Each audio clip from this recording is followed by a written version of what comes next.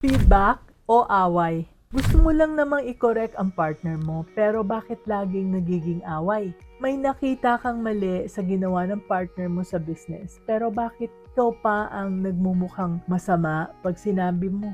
Anak, this happens to so many couples in business. Siyempre, pareho kayong abala sa negosyo. May nakita kang problema, gusto mo lang ayusin. But the moment you open your mouth, defensive na agad ang partner mo. Tapos ikaw, naiinis. Siya, nagagalit. Pero yung issue, hindi pa rin naayos. Alam mo, this breaks my heart every single time because it's not just about the mistake or the issue. It's about feeling unheard. It's about wondering why your own spouse will not listen. It's about that tension na dala-dala ninyo from the office hanggang sa bahay.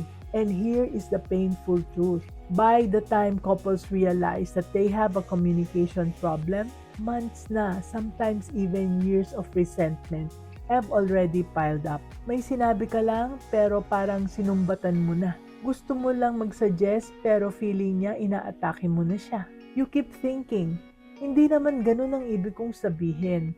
But deep inside, you know, something is broken in how you talk to each other. I have been in business for 40 years, married and running businesses with my husband for decades. Let me tell you, I've had these fights. I've said the wrong things at the wrong time and I have learned the hard way. Always be business-minded, Pinoy.